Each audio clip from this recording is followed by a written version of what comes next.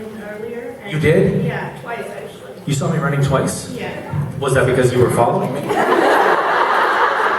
driving by. Yeah, you were following me in a car. Yeah. So we were wondering what's with the shorts and So, those funny story. Those shorts are my brother's shorts that found their way into my bag, and I didn't really know how tight they were. My brother has a different build than I have, like kind of thunder thighs. I have really big legs, and he has very slender legs, and those shorts were very... I looked like I was in a 70s porn today when I was running, pretty much. I was like, shit, I definitely have to go out the back door of the convention center when I'm running in these, because they were fucking tight. And they were so tight that they kept riding up when I was running.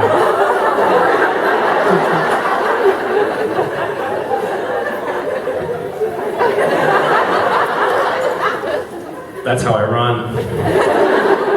Right? You can vouch for me. It's all right. Okay. Hi. Hello, Misha. My question is, who was your most influential teacher? My most influential teacher? Lovely question.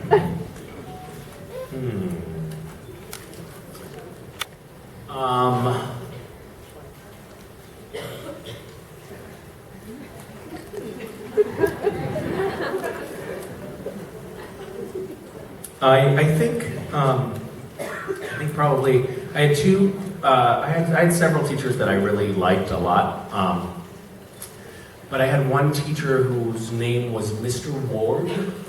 He was my 5th grade teacher. I was in a public elementary school, and it was kind of a little bit of a. We lived in kind of a not terribly well off town, and the school was a little bit rough, I think. But Mr. Ward was an amazingly devoted career teacher. And he really kind of encouraged me. He kind of took me aside and said, you know, if you apply yourself, you could go places. You're a smart kid and you could go places if you aren't lazy.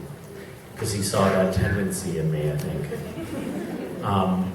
I was new to the school, and I was a really good kid when I was the good kid. So he would sit me next to the bad kids in class.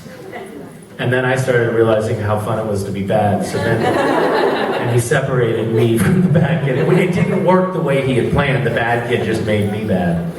But Mr. Ward was this guy who just focused his entire life and his entire career on teaching in a public school for very, very little money, and just brought a tremendous amount of excitement and enthusiasm to the classroom with him every day.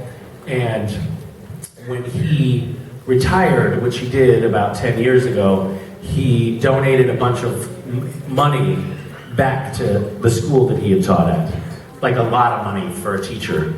And it was just that kind of epitomized how he was as a man. And maybe 3 years after I got on Supernatural, I wrote him a letter thanking him for being such a good influence on me way back when.